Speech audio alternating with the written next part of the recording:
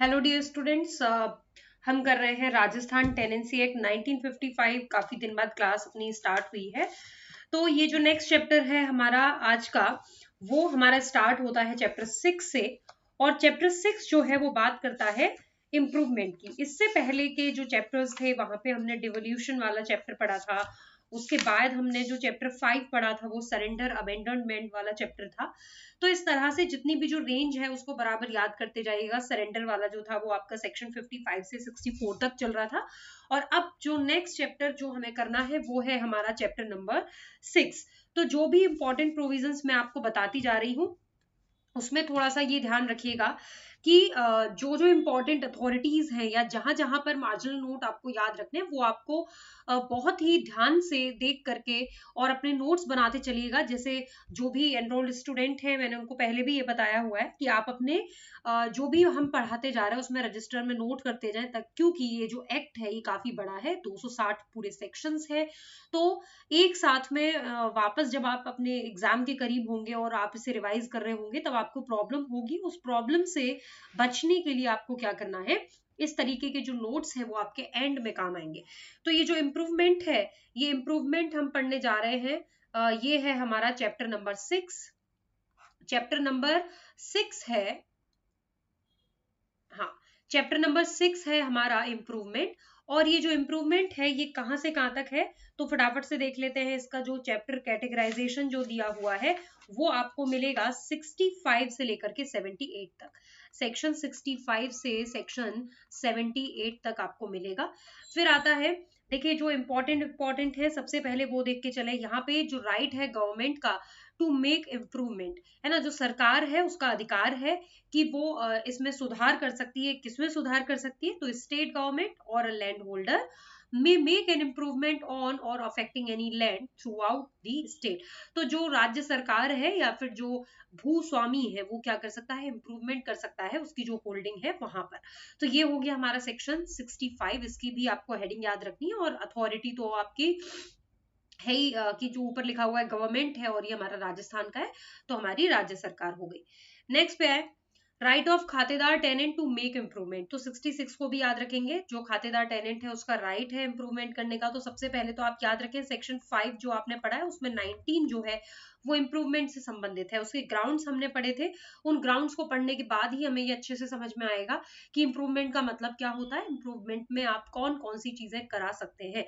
अ खातेदार टेनेंट में make an improvement in his holding, बिल्कुल कर सकता है। खातेदार टेनेंट कौन होता है, जो हमने क्लासेस ऑफ टेनेंट में पढ़ा था। चैप्टर नंबर जो हमारा क्लासेस ऑफ टेनेंट का था वो था हमारा चैप्टर नंबर 3। 14 से लेकर के कहाँ तक चल रहा था, तो 14 से लेकर के वो हमारा पूरा 18 तक हमने पढ़ा था। 14 15 वाली कैटेगरी उसमें कुछ दी हुई थी। इस तरह से आपको वो पूरा याद रखना है। 18 तक नहीं है आपका, 17A तक वो आता है, मालिक तक। ठीक है, तो राइट ऑफ खातेदार टेनेंट टू मेक इम्प्रूवमेंट। तो यहाँ पे जो खातेदार टेनेंट है सिंपली बताया हुआ है उसका राइट है वो कर सकता है। लेकिन जो स्टेट गवर्नमेंट है वो टाइम टू टाइम पब्लिक के इंटरेस्ट में जो लोक हित है उसमें रेस्ट्रिक्ट कर सकती है, इम्प्रूवमेंट वगैरह पर कुछ रोक वगैरह लगा सकती है, या फिर रेगुलेट कर सकती है, रूल्स बना करके, नियम बना करके इसको विनियम कर सकती है कि कौन कौन से एरिया उसमें कवर्ड होंगे, कौन कौन से एरिया उसमें कवर्ड नहीं होंगे। ठीक है, ये हो गया आपका सेक्शन 65। सेक्शन 67। अब आ जाइए यहाँ जो सेक्शन 65 और सेक्शन 66।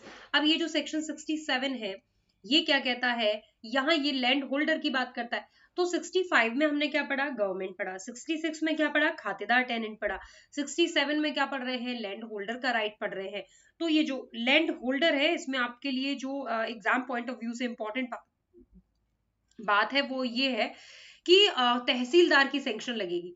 जो लैंड होल्डर है अदर देन स्टेट गवर्नमेंट, यानी जो स्टेट गवर्नमेंट अगर कोई मालिक है उसको छोड़ करके, तो जो लैंड होल्डर है विद दी सैंक्शन ऑफ तहसीलदार, तो यहाँ पे इंप्रूवमेंट के लिए अप्लाई कर सकता है। तो यहाँ पे अथॉरिटी याद रखेंगे कि जब लैंड होल्डर अप्लाई कर रहा है तो किसके समक्ष करेगा, तहसीलदार।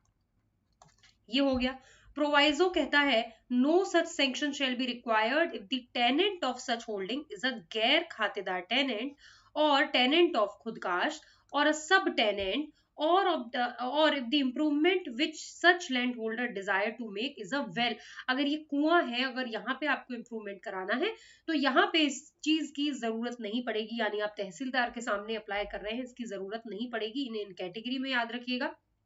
फिर आ जाइए, नेक्स्ट है एक इसमें पॉइंट दिया हुआ है कि जो हमने सेक्शन 5 पढ़ा है, सेक्शन 5 में जो क्लॉज 19 है, 19 का क्लॉज ए का जो क्लॉज हमने पढ़ा है, वो हमारा क्या कहता है कि जो ये इंप्रूवमेंट किया जा रहा है वो उन एरिया पे एक्सटेंड नहीं होगा, नॉट एक्सीडिंग, वो एरिया जो not exceeding 1/50 of the total area, तो ये 1/50 of total area of holding याद रखेंगे, टोटल एरिया ऑफ होल्डिंग।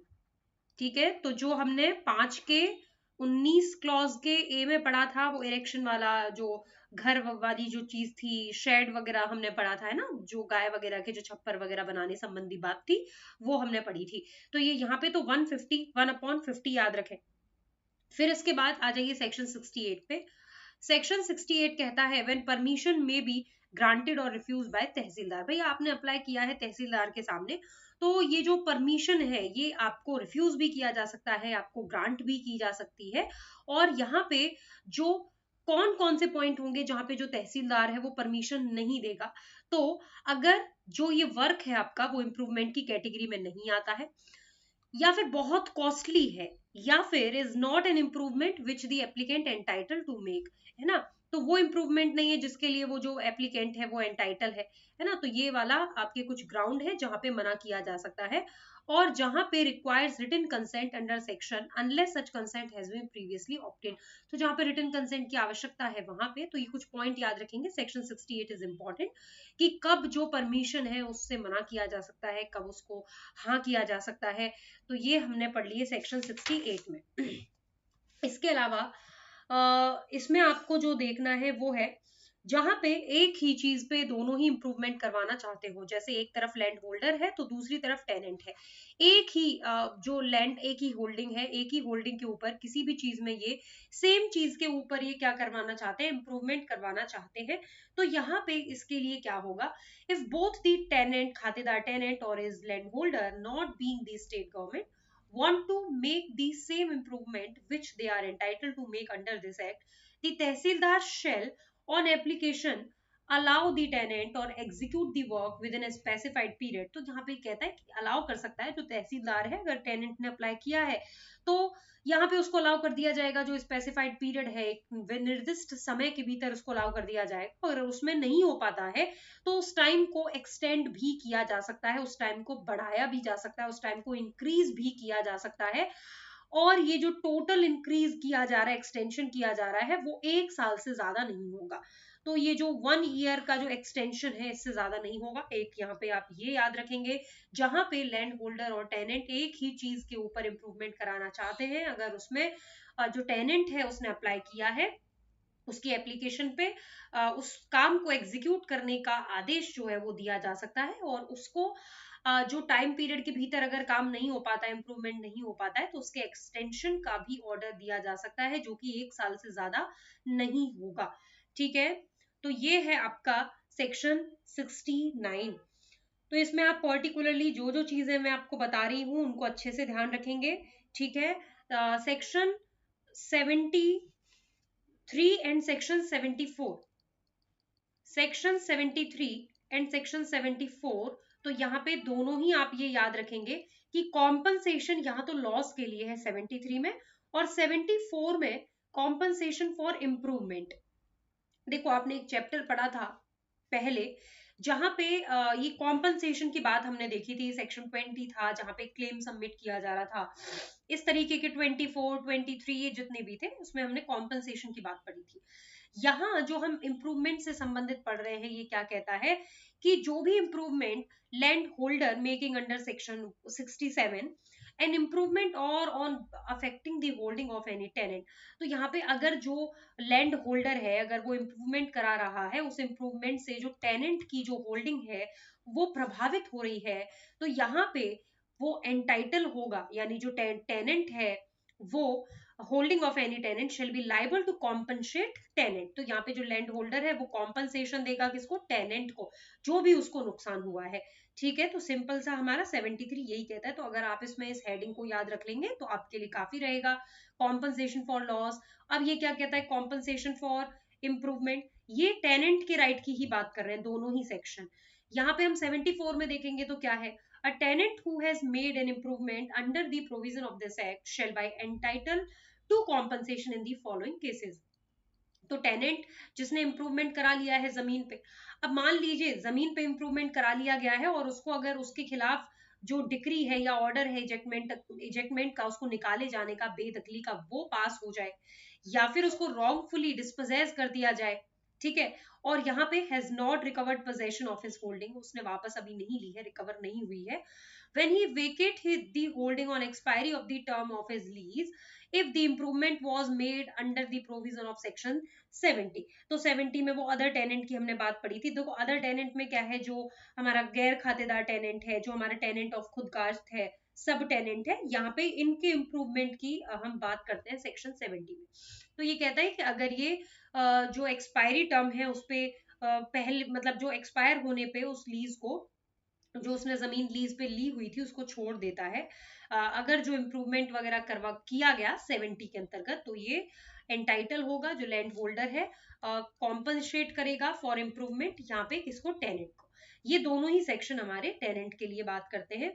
चलिए अब इसमें और हमें इंपॉर्टेंट क्या देखना है इसमें, तो ये कहता है प्रोवाइजो जुड़ा हुआ है इसके साथ। प्रोवाइजो कहता है कि अगर एक्सेप्ट, मतलब कौन कौन से केसेस में टेनेंट को कॉम्पनसेशन नहीं मिलेगा, तो यहाँ पे अगर compensation shall not be payable for any improvement made 30 years और more before the date of the decree, decree जैसे आज आई है और डिक्री आने से 30 years और ज्यादा हो चुके हैं उस इम्प्रूवमेंट को, तो उसके लिए यहाँ पे इसको क्या नहीं मिलेगा, कॉम्पनसेशन लैंड होल्डर से नहीं मिलेगा। तो ये सेक्शन 74 का ये वाला पॉइंट जरूर याद रखें। चलिए नेक्स्ट पॉइंट, नेक्स्ट है इसमें, और इसमें आप ये भी ध्यान रखेंगे कि जो ये इम्प्रूवमेंट के लिए जो एप्लीकेशन वगैरह जो लगाई जा रही है, अगर यहाँ पे अगर उसको लगता है, असिस्टेंट कलेक्टर को लगता है कि कॉम्पनसेशन पॉसिबल नहीं है ना, कोई भी इम्प्रूवमेंट वगैरह के लिए, वो उस डेट को हो गया, तो वो उसको मना भी कर सकता है। तो यहाँ पे बस ये बात हमने देखी सेक्शन 74 तक। अब आ जाइए amount of compensation. Amount of compensation section 75 क्या कहता है कि जो कॉम्पनसेशन का अमाउंट है वो कैसे निर्धारित किया जाएगा, कैसे हम डिसाइड करेंगे कि कितना कितना अमाउंट दिया जाए। तो in determining the amount of compensation due under any provision of this act for any or account of improvement, regard shall be held to the amount by which the value or the produce of holding is increased, decreased or account of such improvement। तो यहाँ पे देखो कोई भी जो amount कितना दिया जाए, कितना दिलवाया जाए, तो जो यहाँ पे उन सारी चीजों को determining the amount of compensation जो भी ड्यू है उसको दिलवाने के लिए हम क्या क्या देख रहे हैं, अमाउंट जिसके थ्रू जो वैल्यू है वो इंक्रीज हुई है, जो प्रोड्यूस है वो उस होल्डिंग की वो इंक्रीज हुई है या डिक्रीज हुई है ना, उस इंप्रूवमेंट से कितना उसमें बदलाव आया है जमीन में, और क्या कंडीशन रही है काम की, ड्यूरेशन क्या रहा है, लेबर कितना लगा है, कैपिटल एम्प्लॉयड उसमें कितना किया गया है ना। तो ये सारी चीजें मेनली हम इसमें ध्यान रखेंगे। तो इसमें कुछ आपका जैसे प्री के हिसाब से इंपॉर्टेंट नहीं है, अमाउंट ऑफ कॉम्पनसेशन में नॉर्मली आप ये पॉइंट ध्यान रखें कि क्या क्या चीजें इसमें डिटरमाइन की जाएंगी। अब आ जाइए सेक्शन 78 पे। Section 78 is the most important section of this chapter. Section 78 क्या कहता है, डिस्प्यूट एज रिगार्ड, देखो यहाँ पे ना तीन आपको पढ़ने रहेंगे, एक 78 है आपका, 85 है और एक और है आपका आई थिंक 117 है।